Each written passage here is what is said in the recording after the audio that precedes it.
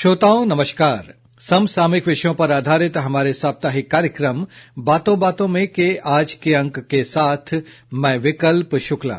श्रोताओं, पिछले हफ्ते हम यूनिसेफ द्वारा शुरू किए गए स्टे सेफ ऑनलाइन कैंपेन पर यूनिसेफ के सोशल और बिहेवियर चेंज विशेषज्ञ अभिषेक सिंह जी से चर्चा कर रहे थे। इस कैंपेन का मकसद बच्चों और किशोरों में यह जागरूकता पैदा करना है कि वे कितने सुरक्षित तरीके से इंटरनेट की दुनिया का फायदा उठा सकते हैं। आज इसी बातचीत को हम जारी रख रहे हैं। अभिषेक जी, आज इस कार्यक्रम में एक बार फिर हम आपका स्वागत करते हैं। धन्यवाद। अभिषेक जी, आपने ये तो हमें बताया कि जो माता पिता हैं वो किन चीजों का ध्यान रखें जब उनके बच्चे इंटरनेट इस्तेमाल कर रहे हैं तो, लेकिन अब ये भी महत्वपूर्ण है कि पूरे समय पर तो नियंत्रण रखा नहीं जा सकता, क्योंकि कभी कभी दोनों माता पिता भी कामकाजी होते हैं, सर्विस में बाहर जा रहे हैं, बच्चा स्कूल से या कॉलेज से आ रहा है और वो इंटरनेट का इस्तेमाल कर रहा है, तो ना तो उस पर 24 घंटे नजर रखी जा सकती है और ना ही नियंत्रण रखा जा सकता है। ऐसी स्थिति में ये भी जरूरी है कि जो बच्चे और किशोर हैं वो भी अपनी जिम्मेदारियों को समझें। बिल्कुल, खासतौर पे बच्चों के लिए जिम्मेदारी और बढ़ जाती है। As parent, as teacher, as stakeholder हम लोग भी यही काम कर रहे हैं। जो मैंने बोला, जानकारी की जब बात करते, कई बार देखेंगे रिस्क टेकिंग एबिलिटी जो होता है कम उम्र में, एडोलेसेंट के किशोर किशोरियों की उम्र में ये अधिक होता है। ऑनलाइन दुनिया में भी यही हो रहा है जी। आप खासतौर पे बच्चे, उनको ऐसा लगता है कि आपने अपनी आईडी अपने नाम से नहीं रखी, कुछ बदल ली। अभी मेरा अभिषेक नाम है और मैं अगर कुछ नाम ऐसा रख लूं, रायपुर 302, अभी रायपुर 302 से मतलब मुझे ऐसा नहीं सोचना चाहिए कि मैं इनविजिबल हूं, मैं आपका फोटो डाल के और कुछ और आईडी बना के लिख रहा हूं कहीं पे ऑनलाइन दुनिया में। तो कई बार बच्चों को पता नहीं होता है जी कि ऑफलाइन दुनिया में अगर आप किसी को अपशब्द कह देते हैं जी तो वो तो फिर तीसरे व्यक्ति ने सुना नहीं सुना, कई बार अनदेखा कर दिया जी। लेकिन ऑनलाइन दुनिया में अगर आपने एक बार कोई शब्द लिख दिया है तो वो अमिट है, वो नहीं जा रहा है कहीं, आपने डिलीट कर दिया, वो चैट रिट्रीव हो जाता है। सबसे बड़ी समस्या ये है कि जो सौहार्द है, आप देखेंगे ऑनलाइन किसी में कमेंट आया और फिर लोग दूसरों को नीचा दिखाने के लिए बार बार कमेंट लिखे जा रहे हैं जी। और उसकी वजह से सामने वाले जो जिस बच्चे के पोस्ट पे कमेंट आ रहा है उस पे तो जो प्रभाव पड़ ही रहा है। आप एक बहुत सारे लोगों का एक भीड़ तैयार कर रहे हो ऑनलाइन में ट्रोल करने के लिए। बड़ा कॉमन सा वर्ड है ट्रोल, आजकल सुनने को मिलता है। तो आप दूसरे माध्यमों से उन लोगों तक पहुंचते हो और कहते हो कि आओ इसको सबक सिखाएं ऑनलाइन। तो हमें बच्चों को ये बताना चाहिए कि ऐसा नहीं है, आप जिसके साथ कर रहे हो कभी आपके साथ भी हो सकता है। दूसरा, कई बार हम समझते नहीं है कि उस सामने वाले बच्चे के ऊपर कितना इसका बुरा प्रभाव पड़ रहा है। तो ये एक बहुत इंपॉर्टेंट चीज है। इसके साथ साथ कई बार बच्चे जो हैं वो सेफ्टी की हम बात कर रहे हैं, वो समझते नहीं है इसको और इसकी प्रायोरिटी नहीं समझते हैं। जैसे पासवर्ड एक छोटा सा आप लें, उनको लगता है कि पासवर्ड से कोई क्या ही कर लेगा, ये तो मेरा दोस्त है जी। अभी हमने इस दोस्त को पासवर्ड दे दिया, अगले दोस्त को पासवर्ड दे दिया और इस वजह से क्या होता है, आपके मतलब जो पोस्ट आप कर सकते हैं जी, उस पे कोई रिस्ट्रिक्शन नहीं है। आपका आईडी यूज करके कोई और आपका ही दोस्त कोई आपके बिहाफ में कुछ मैसेज डाल दे रहा है, कुछ कर दे रहा है। तो ये सब भी नहीं करना चाहिए। आप एक जिम्मेदारी ले रहे हो, आप ऑनलाइन दुनिया में आप अपने एक वर्चुअल आइडेंटिटी बना रहे हो, तो वहां पे आप जिम्मेदारी ले रहे हो। लेकिन एक बात समझने की है बच्चों के लिए भी और उनके माता पिता और जो केयर गिवर्स हैं, टीचर्स या जो भी लोग हैं, सभी के लिए, कि आभासी दुनिया में आइडेंटिटी कहीं जा नहीं रही है। वो आईपी एड्रेस है, फोन जिससे आप इंटरनेट कनेक्ट किए हो, वीपीएन लगाने के बाद भी इट कैन बी ट्रैक्ड। इसको मतलब ट्रैक किया जा सकता है और पता चल सकता है कि आप कौन से व्यक्ति किस डिवाइस से ये काम कर रहे थे जी। हो सकता है कि माता पिता के लैपटॉप को आप यूज कर रहे हो जी। लेकिन किस समय यूज किया गया इस कमेंट को करने के लिए, किस आईडी से किया गया, वो कहाँ पे कनेक्टेड था, क्या वो कैफे में कनेक्टेड था या मतलब वाईफाई कहाँ पे कनेक्ट था, वो सब कुछ पता चलता है। तो बच्चों को कई बार इसकी जानकारी भी नहीं होती है। उनको लगता है कि हम वर्चुअल दुनिया में कुछ भी करेंगे तो हमारे बारे में किसी को कुछ पता नहीं चलेगा। तो ये इसको बताना बहुत बड़ी गलतफहमी है, गलतफहमी है, इसको दूर करना और इस के बारे में बच्चों को बताना जरूरी है जी। ताकि वो रिस्पॉन्सिबल बिहेव करें। बिल्कुल। मतलब जिस तरीके से वो अपने क्लासरूम के अंदर बिहेव कर रहे हैं वही बिहेव वो यहाँ ऑनलाइन दुनिया में भी करें। ये तो आपने बहुत अच्छा बताया कि हमें कैसा व्यवहार करना चाहिए। एक ये बात तो है, लेकिन दूसरी बात ये भी है कि कई बार बच्चों के अंदर इतनी समझ नहीं होती, वो इस्तेमाल कर रहे हैं, वो इंटरनेट का सबसे अच्छा फायदा उठा सके, क्योंकि हर चीज के अच्छे और बुरे दोनों पहलू होते हैं, वही स्थिति इंटरनेट की भी है, तो वो अच्छा फायदा उठा सके और जो बुरे प्रभाव हैं उनसे बच सके। तो इसके लिए वो साइकोलॉजिकली, मानसिक रूप से क्या फिल्टर्स का इस्तेमाल करे, ये भी आप बताइए। तो सबसे पहले जो बच्चों के लिए या बड़ों के लिए भी मैं कहूंगा, ये ऑनलाइन दुनिया में जब आप हैं तो स्टे सेफ ऑनलाइन का मतलब ये नहीं है कि हम सिर्फ सेफ हो, हम पूरे एक वातावरण को इनेबलिंग बनाएं, सेफ बनाएं जी। तो सबसे बड़ी जो बात है वहां पे कि बहुत सारे प्रतिस्पर्धा लगी हुई है वहां पे कि हमें भी नंबर का आपने बात किया, लाइक्स का बात किया था, तो वहां पे क्या करते हैं कि किसी को भी आप फ्रेंड में एक्सेप्ट करते जाते हैं, आपको पता नहीं है कि वो सामने वाला कौन है जी। तो आप उसमें बढ़ाते जाते हैं उन चीजों को, और बढ़ाते हुए कई बार आप अनजान व्यक्ति को अपना पूरा इन्फॉर्मेशन जो है वो उपलब्ध करा देते हैं जी। तो इससे बचना चाहिए। दूसरा, हम अफवाहों को फैलाने में बहुत बड़ा रोल हो जाता है, हमें लगता है कि ये तो सच ही होगा जी। लेकिन उसको हमने कहीं से जांचा नहीं और उसके नीचे एक लिखा हुआ है कि फॉरवर्ड एज रिसीव्ड जी। तो मुझे जैसा मिला मैं फॉरवर्ड कर रहा हूं। क्यों फॉरवर्ड कर रहे हैं? आपने वेरीफाई किया नहीं इसको।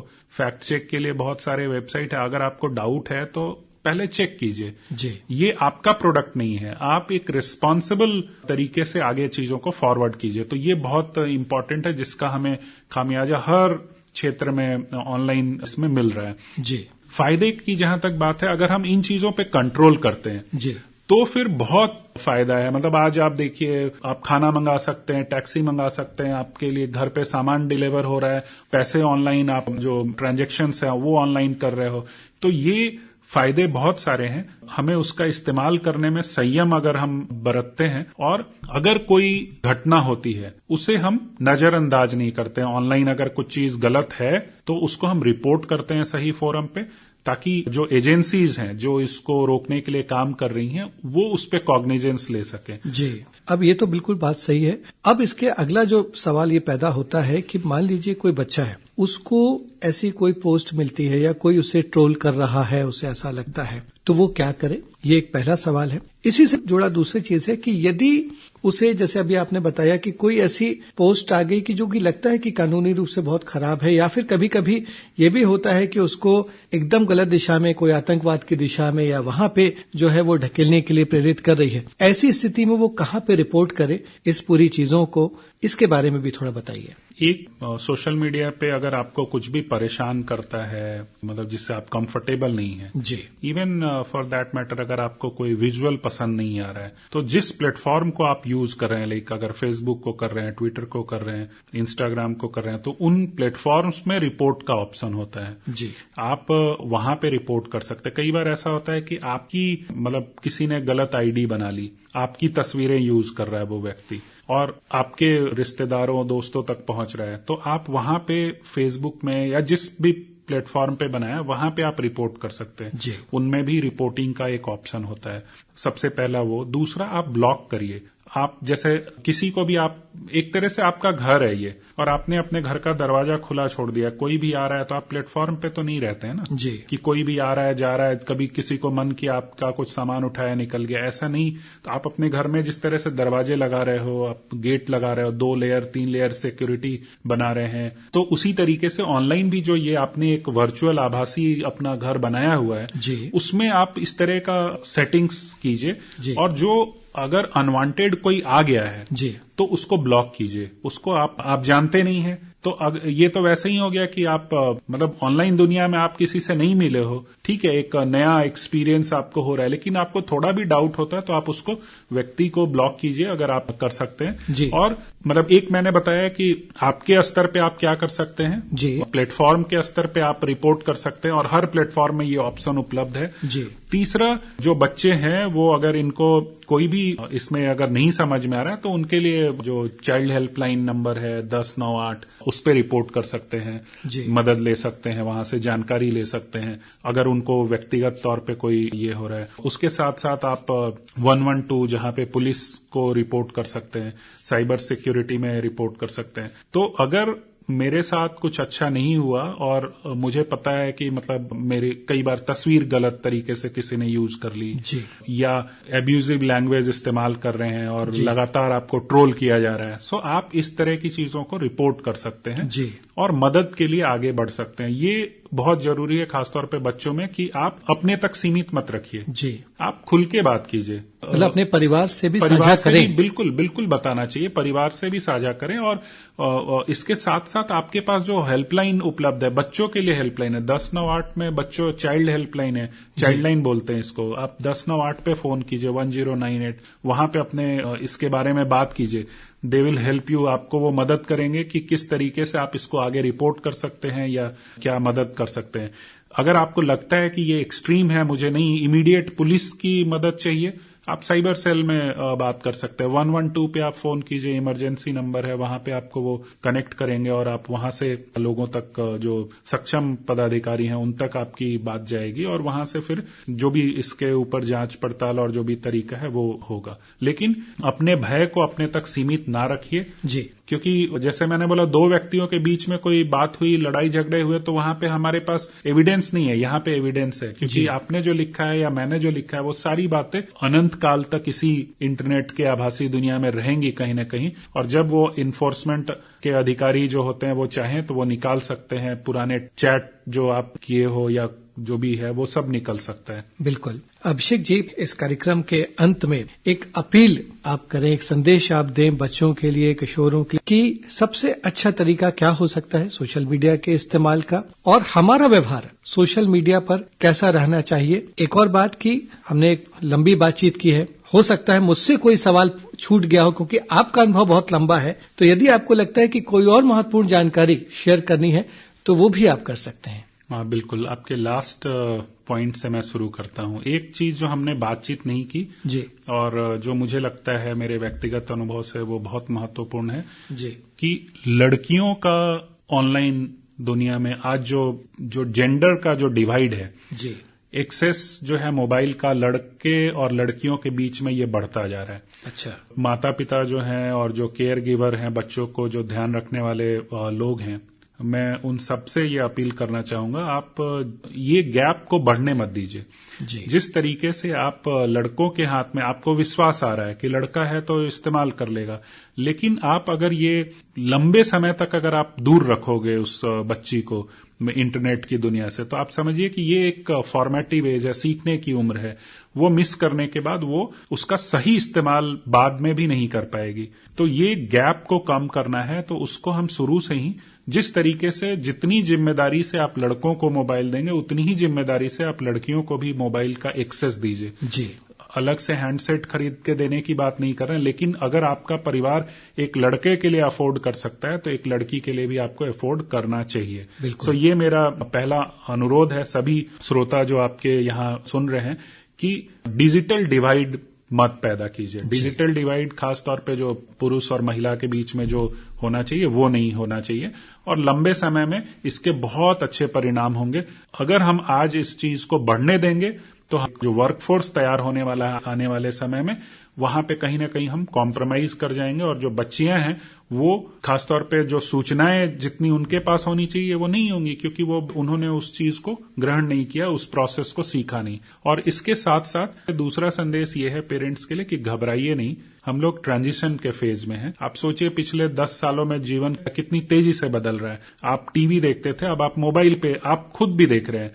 तो बीइंग अ पेरेंट आपको खुद भी जिम्मेदार होना पड़ेगा। आप खुद मोबाइल यूज कर रहे हैं और आप बच्चे को बोल रहे हैं कि मत करो, ये नहीं होने वाला है। तो आपको भी अपना समय निर्धारित करना होगा कि आप भी एक रिस्पॉन्सिबल तरीके से मोबाइल का इस्तेमाल करें, सोने के समय इस्तेमाल ना करें। एक समय निर्धारित करें कि हम कब इस्तेमाल करना चाहते हैं। बहुत सारे लोग जो सक्सेसफुल तरीके से मोबाइल या इंटरनेट का इस्तेमाल करते हैं वो इसको प्लान करते हैं कि अपने किस समय वो इस्तेमाल करेंगे, सुबह में करेंगे या शाम को 1 घंटे आधे घंटे करेंगे। तो ये जिम्मेदार बनिए और बच्चों को मोबाइल का एक्सेस जरूर दीजिए, लेकिन उनके साथ इस कैंपेन में जुड़े रहिए, स्टे सेफ ऑनलाइन। आप इस कैंपेन के बारे में कुछ भी जानना चाहते हैं तो आप गूगल में जाके भी सर्च कर सकते हैं, या यूनिसेफ के वेबसाइट पे भी अगर जाएंगे तो स्टे सेफ ऑनलाइन अगर आप सर्च करते हैं तो वहां पे भी आपको इसके बारे में बहुत सारी जानकारी मिलेगी। बहुत बहुत धन्यवाद। बहुत बहुत धन्यवाद अभिषेक जी। तो श्रोताओं, ये था समसामयिक विषयों पर आधारित हमारा साप्ताहिक कार्यक्रम बातों बातों में। अगले हफ्ते एक नए विषय के साथ हम फिर हाजिर होंगे। अब हम आपसे विदा लेते हैं। नमस्कार।